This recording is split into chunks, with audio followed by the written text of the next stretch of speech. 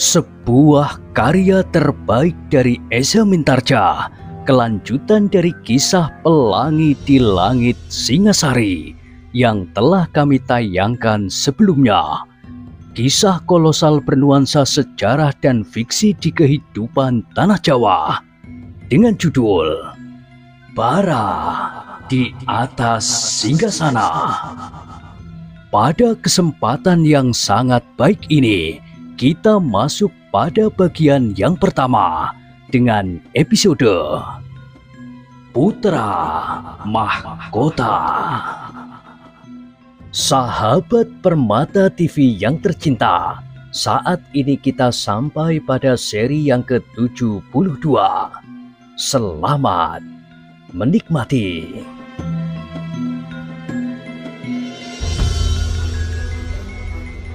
Di akhir kisah sebelumnya disebutkan, mereka yang berlatih pun segera berhenti.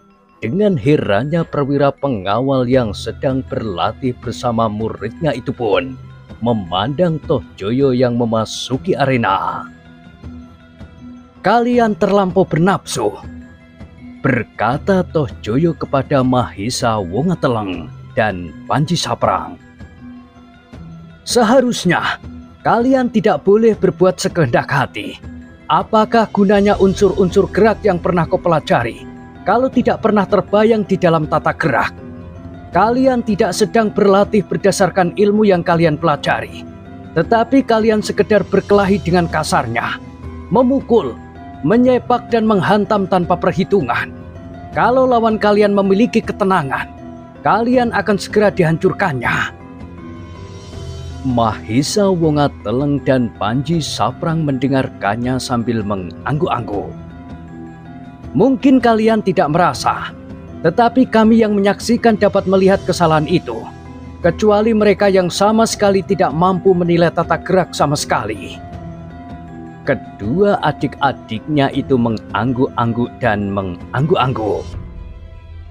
"Coba, marilah aku beri kalian contoh. Mahisa Wongateleng, cobalah kita bermain sebentar." Mahisa Wongateleng mengerutkan keningnya. Ia menjadi ragu-ragu. Dengan demikian maka sejenak ia hanya berdiri saja termangu-mangu. "Marilah, kenapa kau ragu-ragu? Aku ingin menunjukkan bahwa kau telah membuat banyak kesalahan."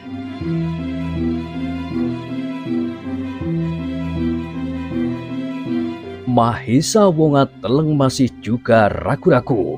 Sejenak kemudian ia berpaling kepada gurunya, seolah-olah ia minta pertimbangan apakah ia diperkenankan memenuhi ajakan Toh Joyo. Gurunya pun menjadi bimbang. Ia tidak dapat menolak, tetapi sebenarnya ia agak berkeberatan. Pelatih itu menjadi bingung sejenak. Namun kemudian dengan berat ia terpaksa menganggukkan kepalanya, meskipun ia kemudian berkata, "Tetapi Tuanku Mahisa Wongateleng masih sangat rawan, Tuanku."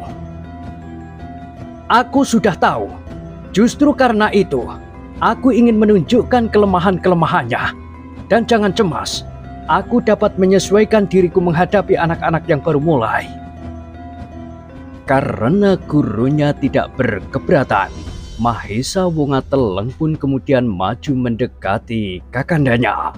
Sejenak kemudian mereka pun segera bersiap untuk melakukan latihan. "Nah, mulailah," berkata Toh Joyo. "Aku akan menyesuaikan diriku dan aku akan menunjukkan kelemahan-kelemahanmu. Mulailah, bersungguh-sungguhlah supaya tampak pula kesalahan-kesalahan yang kau lakukan." Mahisa Wongateleng menjadi ragu-ragu sejenak. "Ya, mulailah. Jangan takut. Bersungguh-sungguhlah."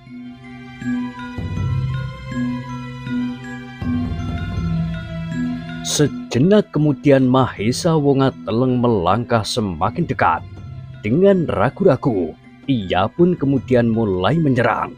Tetapi serangannya sama sekali tidak bertenaga. Toh Joyo mengelakkan serangan itu sambil berkata, Kau masih saja ragu-ragu.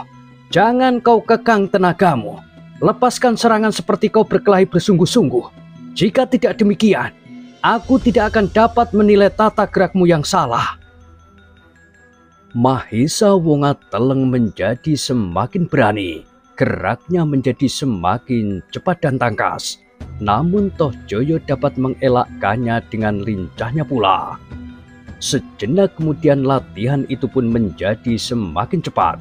Ternyata Mahesa Wongateleng cukup berhati-hati menghadapi kakaknya.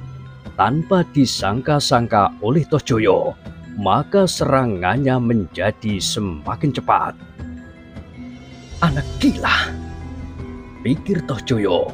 Dan Toh Joyo pun kemudian ingin segera menunjukkan kelebihannya. Tiba-tiba ia tidak saja mengelakkan serangan adiknya. Ia ingin membuktikan bahwa ketenangannya akan segera dapat menguasai tata gerak Mahesa Wongateleng yang dianggapnya tergesa-gesa tanpa pengekangan diri. Tetapi dadanya berdesir ketika serangannya yang pertama sama sekali tidak berhasil menyentuh lawannya. Ternyata Mahesa Wongateleng meskipun lebih muda dari Toh Joyo, tetapi bentuk tubuhnya agak lebih meyakinkan. Karena itu, maka Toh Joyo pun segera mengulangi serangannya. Dengan cepat ia merendahkan dirinya. Sebuah kakinya menyapu kaki Mahesa Wongateleng yang baru saja berjejak di atas tanah karena loncatannya menghindari serangan Toh Joyo yang gagal. Namun sekali lagi Toh Joyo kecewa dan bahkan terkejut ketika dengan lincahnya Mahesa Wongateleng melenting surut beberapa langkah. Gila! Toh Joyo menggeram di dalam hatinya. 2 kali ia tidak berhasil. Ia menjadi malu kepada dirinya sendiri, apalagi ketika tampak olehnya guru Mahesa Wongateleng yang tersenyum sambil mengangguk-anggukkan kepalanya. Seolah-olah ia tengah berbangga karena muridnya berhasil menghindarkan diri 2 kali berturut-turut. Sekarang ia tidak akan dapat menghindar lagi, katanya di dalam hati.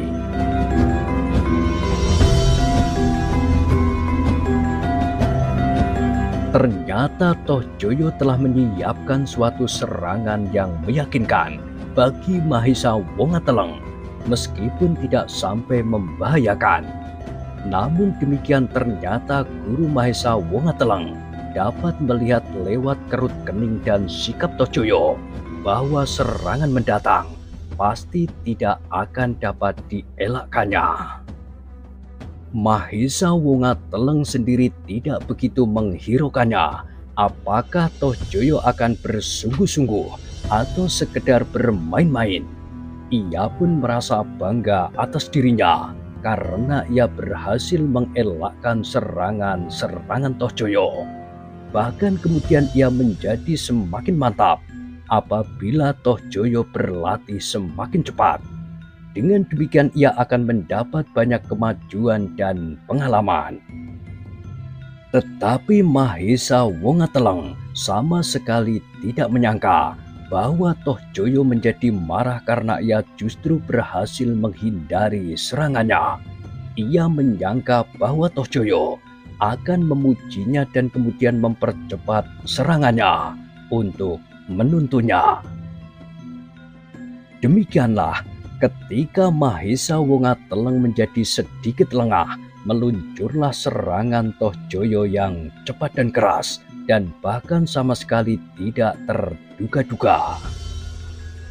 Guru Mahesa Wongateleng terkejut karenanya, tetapi ia tidak dapat berbuat apa-apa karena jaraknya terlampau jauh. Meskipun demikian ia meloncat maju mendekati muridnya yang kemudian terdorong beberapa langkah. Hampir saja Mahesa Wongateleng terdorong jatuh seandainya gurunya tidak cepat menangkapnya.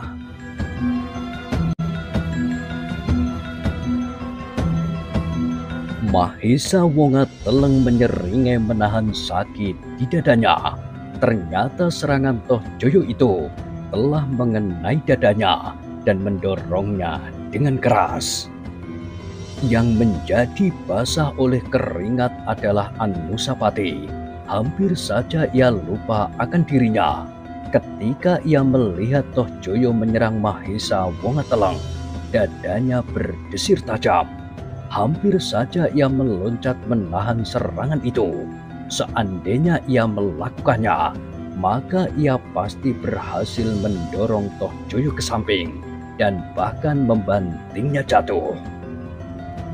Untunglah bahwa ia berhasil menahan hatinya, meskipun keringat dinginnya mengembun di seluruh tubuhnya. Ia hanya menahan nafasnya melihat Mahesa Wonga Teleng terdorong beberapa langkah. Dan Anusapati pun memuji di dalam hatinya bahwa Guru Mahesa Wonga Teleng adalah seorang perwira yang cekatan, karena ia tidak membiarkan muridnya jatuh. Bahkan terbayang di wajah perwira itu perasaan yang aneh yang menurut tanggapan Anusapati adalah suatu perasaan yang tidak senang sama sekali terhadap sikap Toh Joyo. Tetapi karena Toh Joyo seorang putra Sri Rajasa, maka Guru Mahesa Wonga Teleng itu sama sekali tidak berani berbuat apa-apa. Kalau saja Adinda Toh Joyo orang lain, gumam Anusapati di dalam hatinya, pasti Guru Mahesa Wonga Teleng itu sudah menantangnya berkelahi. Namun dalam pada itu, Anusapati melihat Toh Joyo tersenyum sambil melangkah maju mendekati Mahesa Wonga Teleng yang sudah berdiri sendiri. "Kau memang kurang berhati-hati," berkata Toh Joyo. "Tetapi aku tidak menyangka bahwa seranganku akan mengenaimu sekeras itu.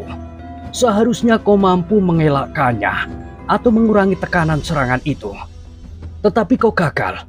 Hal itulah yang aku akan tunjukkan kepadamu. Kau tidak berkelahi atau kali ini berlatih dengan akal dan nalar. Kau terlampau terburu-buru. Gerakmu menjadi kacau karena kau tidak lagi mempergunakan unsur-unsur gerak yang sudah kau pelajari. Seandainya ada juga yang tampak di dalam tata gerakmu, tetapi justru kau tidak sengaja mempergunakannya karena kau tidak mengetahui artinya." Mahesa Wonga Teleng mengangguk-anggukkan kepalanya, tetapi dadanya masih terasa sakit. "Nah," berkata Toh Joyo, "lain kali kau harus lebih berhati-hati." "Ya Kakanda," jawab Mahesa Wonga Teleng.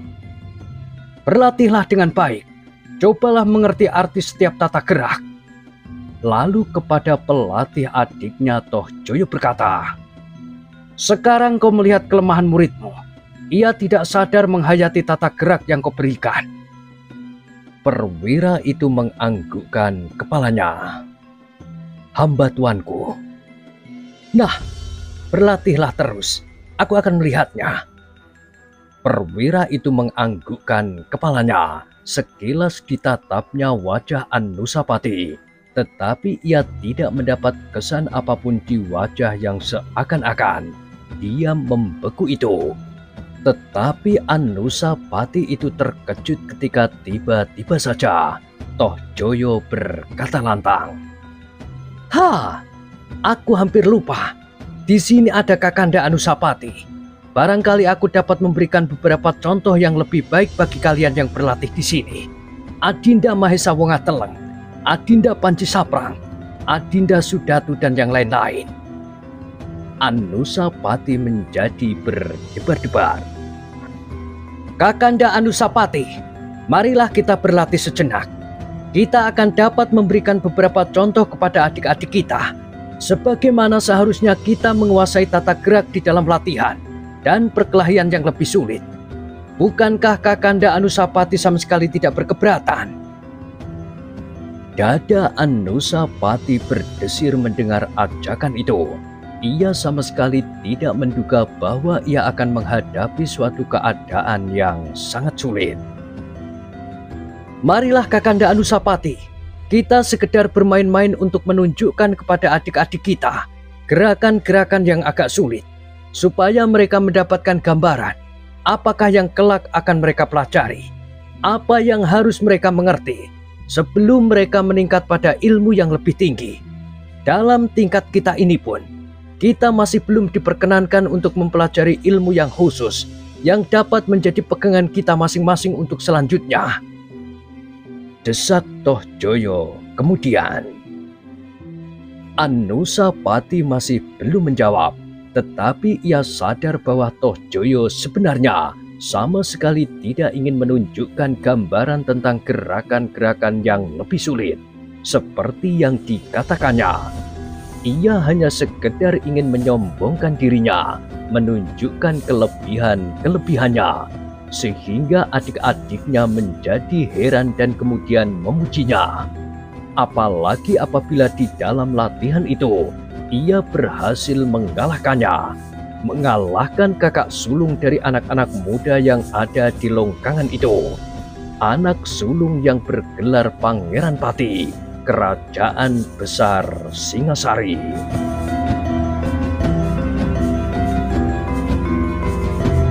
Kenapa Kakanda Anusapati diam saja?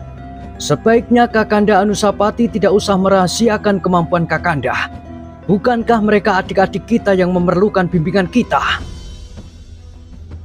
Anusapati menarik nafas dalam-dalam.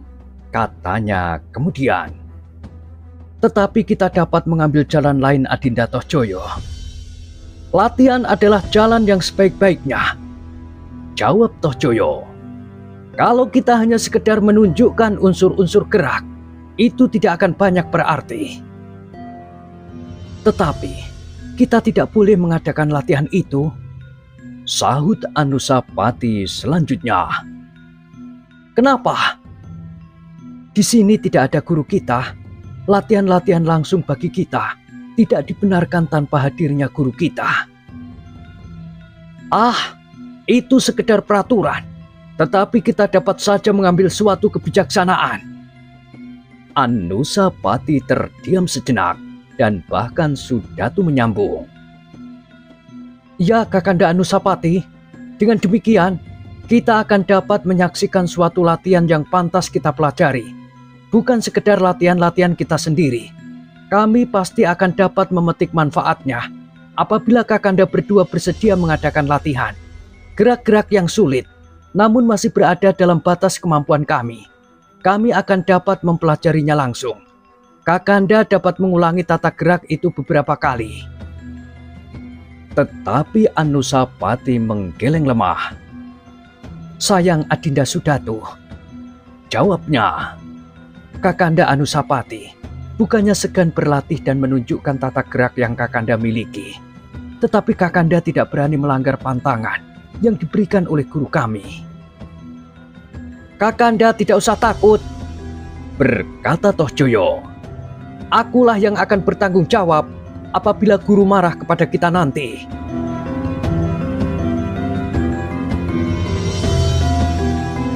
Tetapi Anusapati tetap menggelengkan kepalanya sambil berkata, Aku tidak berani Adinda Toh Joyo. Kakanda terlampau mengikat diri dengan peraturan-peraturan buku itu. Kita dapat berbuat apa saja yang kita ingini. Tidak ada orang yang dapat mengganggu gugat kita di seluruh Singasari. Sebentar saja Kakanda, desak Sudatu. Anusapati termenung sejenak. Ia menyesal bahwa ia telah datang ke tempat latihan itu. Kini ia berada dalam kesulitan. Permintaan Toh Joyo itu adalah permintaan yang berlebihan. Kalau aku memenuhi permintaannya, maka yang terjadi pasti suatu pertengkaran yang sebenarnya. Toh Joyo pasti ingin segera menang dan menunjukkan kepada adik-adiknya bahwa ia mempunyai kelebihan daripadaku. Tetapi sudah tentu, aku pun tidak akan dapat membiarkan diriku mendapatkan malu di hadapan adik-adik. Terlebih-lebih adik-adikku seibu. mereka pasti akan bercerita kepada Ibunda Permaisuri bahwa di dalam latihan aku sudah dikalahkan oleh Toh Joyo. Berkata Anusapati di dalam hatinya. Kakanda terlampau banyak pertimbangan, desak Toh Joyo. Mungkin demikian Adinda, jawab Anusapati. Tetapi marilah kita mencari jalan lain. Bagaimana kita memberikan beberapa contoh gerakan-gerakan yang lebih sulit kepada adik-adik kita tanpa melanggar ketentuan perguruan kita. Ah, desis Toh Joyo. Agaknya Kakanda mencoba merahasiakan ilmu itu. Kakanda cemas kalau adik-adik kita dapat menyusul kemampuan kita. Terutama Kakanda Anusapati yang tidak dapat lebih maju dari ilmu yang itu-itu juga. Kakanda agaknya sudah sampai ke batas kemampuan tertinggi Kakanda. Hampir saja Anusapati kehilangan nalar yang bening. Sudah tentu ia tidak mau menerima hinaan dari Toh Joyo di hadapan adik-adiknya. Tetapi untunglah bahwa ia masih tetap berusaha mengendalikan dirinya. Tiba-tiba saja ia menemukan akal untuk mengelakkan latihan itu. Setelah ia berpikir sejenak, maka ia pun kemudian bertanya kepada Guru Mahesa Wongatelang. Bagaimanakah pertimbanganmu? Kau juga seorang perwira prajurit dan sekaligus seorang guru dari putra Ayahanda Sri Rajasa. Seandainya murid-muridmu mengadakan latihan tanpa pengawasanmu, apakah kau tidak berkeberatan? Perwira itu mengerutkan keningnya. Kemudian ia berkata, sebaiknya hamba menjawab dengan jujur. Ya, jawablah dengan jujur. Sebagai seorang perwira, kau pasti seorang yang mendahulukan kejujuran daripada soal-soal yang lain. Ampun tuanku, hamba sebagai seorang guru agaknya memang berkeberatan apabila murid-murid hamba mengadakan latihan di luar pengawasan hamba sebelum hamba menganggap bahwa murid-murid hamba itu telah benar-benar matang. Nah, desis Anusapati. Aku kira guru kita pun akan berpendapat begitu. Sebaiknya kita memang memberikan contoh kepada adik-adik kita. Tetapi bukan saja contoh tentang tata gerak dan olah kanuragan, tetapi juga contoh bagaimana kita harus mentaati ketentuan-ketentuan yang diberikan oleh guru kita.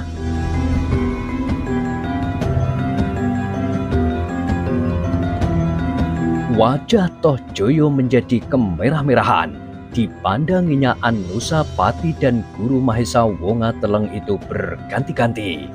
Namun justru dengan demikian, sejenak ia seakan-akan terbungkam karenanya. Waktu yang sejenak itu ternyata telah cukup untuk mencernakan perasaan adik-adiknya, sehingga tanpa maksud apa-apa, Mahesa Wongatelang berkata, "Ya, sebaiknya setiap latihan bagi mereka yang masih di bawah pengawasan seorang guru harus ditunggui oleh gurunya itu." Toh Joyo masih mengatupkan mulutnya rapat-rapat, tetapi di matanya memancar perasaan yang bergejolak di dalam dadanya. Namun demikian agaknya Toh Joyo masih juga menahan diri, apalagi ketika dilihatnya Guru Mahesa Wongatelang itu sama sekali tidak menjadi gelisah. Agaknya ia benar-benar telah menentukan sikap apapun yang akan dihadapinya. Baiklah, akhirnya Toh Joyo menggeram. Kali ini Kakanda Anusapati dapat menghindar, sama sekali bukan karena alasan-alasan lain, tetapi karena Adinda semuanya memiliki kemampuan yang mengagumkan, yang akan dapat dengan mudah mempelajari tata gerak yang agak sulit, sehingga Adinda semuanya akan segera dapat menyamai kami. Toh Joyo berhenti sejenak, lalu katanya, "Tetapi itu bukan penyelesaian, bukan akhir dari kemungkinan bagi kemajuan Adinda semuanya. Aku akan mengundang Adinda di dalam latihan-latihan kami, dan dengan demikian Adinda akan melihat latihan itu dengan syarat yang terpenuhi. Kami akan ditunggui oleh guru kami. Dada Anusapati berdesir. Ternyata seperti yang dikatakan oleh Toh Joyo itu. Kalau kali ini ia berhasil menghindar, itu bukan berarti akhir dari kemungkinan terjadi dua benturan di antara dirinya dan Toh Joyo itu. Apakah aku dapat bertahan?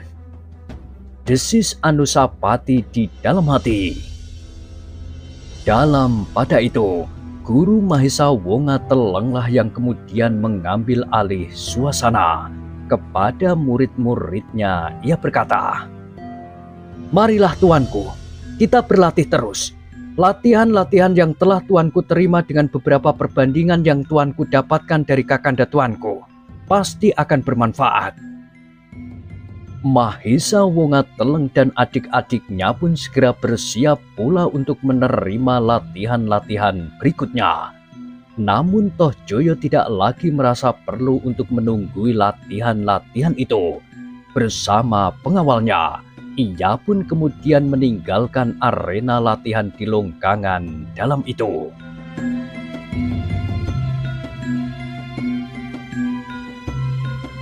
Anusapati masih berada di Longkangan itu beberapa saat lamanya. Sepeninggal Toh Joyo ia justru merasa tenang untuk menyaksikan latihan itu.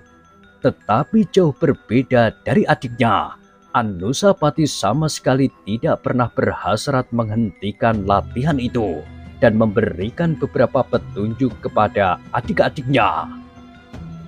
Ia sadar bahwa hal itu pasti menyinggung perasaan pelatihnya meskipun ia tidak mengatakannya.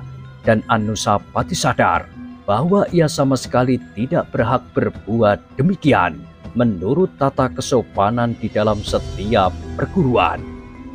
Meskipun pelatihnya itu seorang perwira prajurit yang kedudukannya agak berbeda dari seorang guru di perguruan yang khusus. Ketika Mahesa Wonga Teleng dan adik-adiknya telah bermandikan keringat, maka latihan yang cukup berat itu pun segera berakhir. Anusapati pun kemudian minta diri untuk meninggalkan arena itu. Meskipun demikian, pelatih adik-adiknya itu masih juga mencoba bertanya kepadanya. "Bagaimana menurut pendapat tuanku?" "Aku sebenarnya tidak cukup mampu untuk memberikan pendapat apapun. Seperti kau ketahui, aku sama sekali tidak berhasil untuk maju. Bukankah Adinda Toh Joyo sudah mengatakannya? Karena itu, aku sama sekali tidak berani menilai latihan-latihan adik-adikku." "Ah, tuanku merendahkan diri. Bagaimanapun juga, tuanku telah berlatih untuk waktu yang lama. Mungkin tuanku melihat sesuatu yang kurang baik di dalam latihan-latihan ini, karena sebenarnya aku seorang prajurit, bukan seorang guru." Suara pelatih itu pun menurun sehingga adik-adik Anusapati tidak mendengarnya. Anusapati tersenyum sambil menepuk bahunya. Ia berkata, "Kau ternyata seorang guru yang baik." "Tuanku bergurau?" "Aku tidak bergurau. Pada suatu kesempatan, aku akan melihat tuanku berlatih apabila tuanku Toh Joyo memanggil aku dan tuanku Mahesa Wonga Teleng bersama adik-adiknya." Anusapati mengerutkan keningnya. Kemudian katanya, "Apakah kau izinkan murid-muridmu untuk melihat latihan semacam itu?" "Kalau aku boleh berpendapat, satu-satunya pendapatku adalah ilmu yang kau berikan harus murni. Baru setelah murid-muridmu menguasainya ilmu dasar dengan matang itu, mereka boleh mempelajari unsur-unsur gerak yang berbeda. Dengan demikian, mereka tidak akan dibingungkan oleh tata gerak yang mungkin mempunyai sifat dan watak yang berlawanan." Perwira itu mengerutkan keningnya. Ia merasakan perbedaan sikap pada kedua putra Sri Rajasa yang berlainan ibu itu. Anusapati tampak lebih matang dan hati-hati, sedang Toh Joyo lebih gembira, tetapi kekanak-kanakan dan agak sombong. Namun kata-kata Anusapati itu ternyata berpengaruh juga pada perwira itu. Apakah ia akan mengizinkan murid-muridnya menyaksikan latihan kedua kakak-kakaknya yang dituntun oleh guru yang berbeda dan di dalam tataran yang lebih tinggi? Apakah hal itu tidak akan justru membingungkan mereka? Tetapi perwira itu tidak ingin segera memutuskan. Ia akan membuat pertimbangan-pertimbangan tertentu, dan yang akan dilakukan pertama-tama adalah menemui perwira prajurit yang kini menjadi guru Anusapati dan Tohjoyo. Bagaimanakah pendapatnya dan mungkin nasihatnya? Perwira itu menyadari bahwa guru Anusapati lebih condong pada olah kanuragan secara pribadi, karena pada dasarnya ia bukan seorang prajurit. Karena itu, ia pasti lebih banyak mengetahui tentang kemungkinan-kemungkinan yang bakal terjadi pada setiap pribadi di dalam olah kanuragan apabila beberapa macam ilmu saling mempengaruhinya sebelum ilmu dasarnya cukup mapan. Anusapati yang kemudian meninggalkan arena latihan itu pun segera kembali ke bangsalnya. Ia masih saja dipengaruhi oleh peristiwa yang terjadi di arena latihan itu.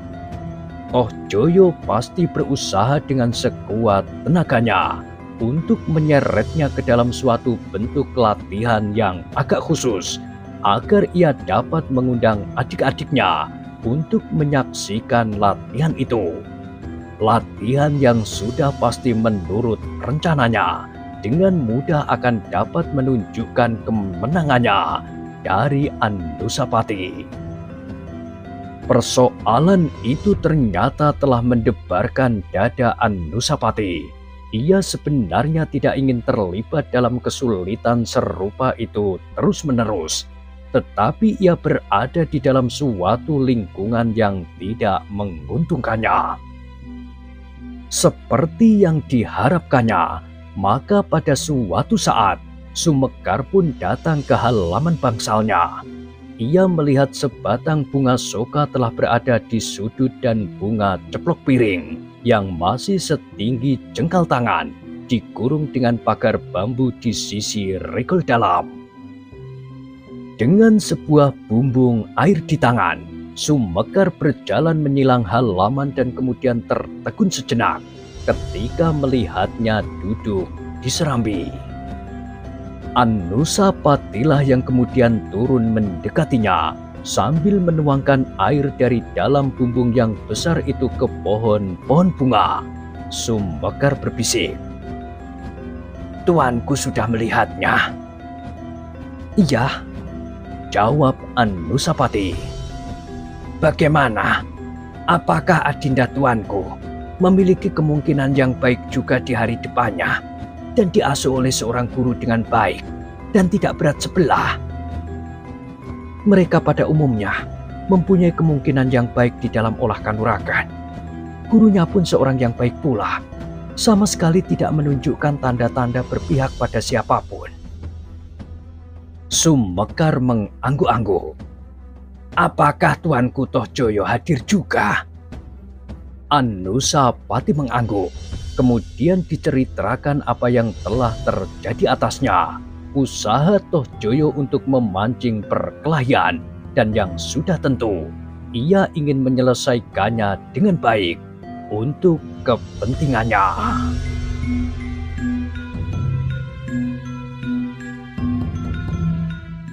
Nah, bagaimanakah kisah selanjutnya? Silahkan ikuti terus kisah Bara di Atas Singgasana pada kesempatan berikutnya. Sampai jumpa.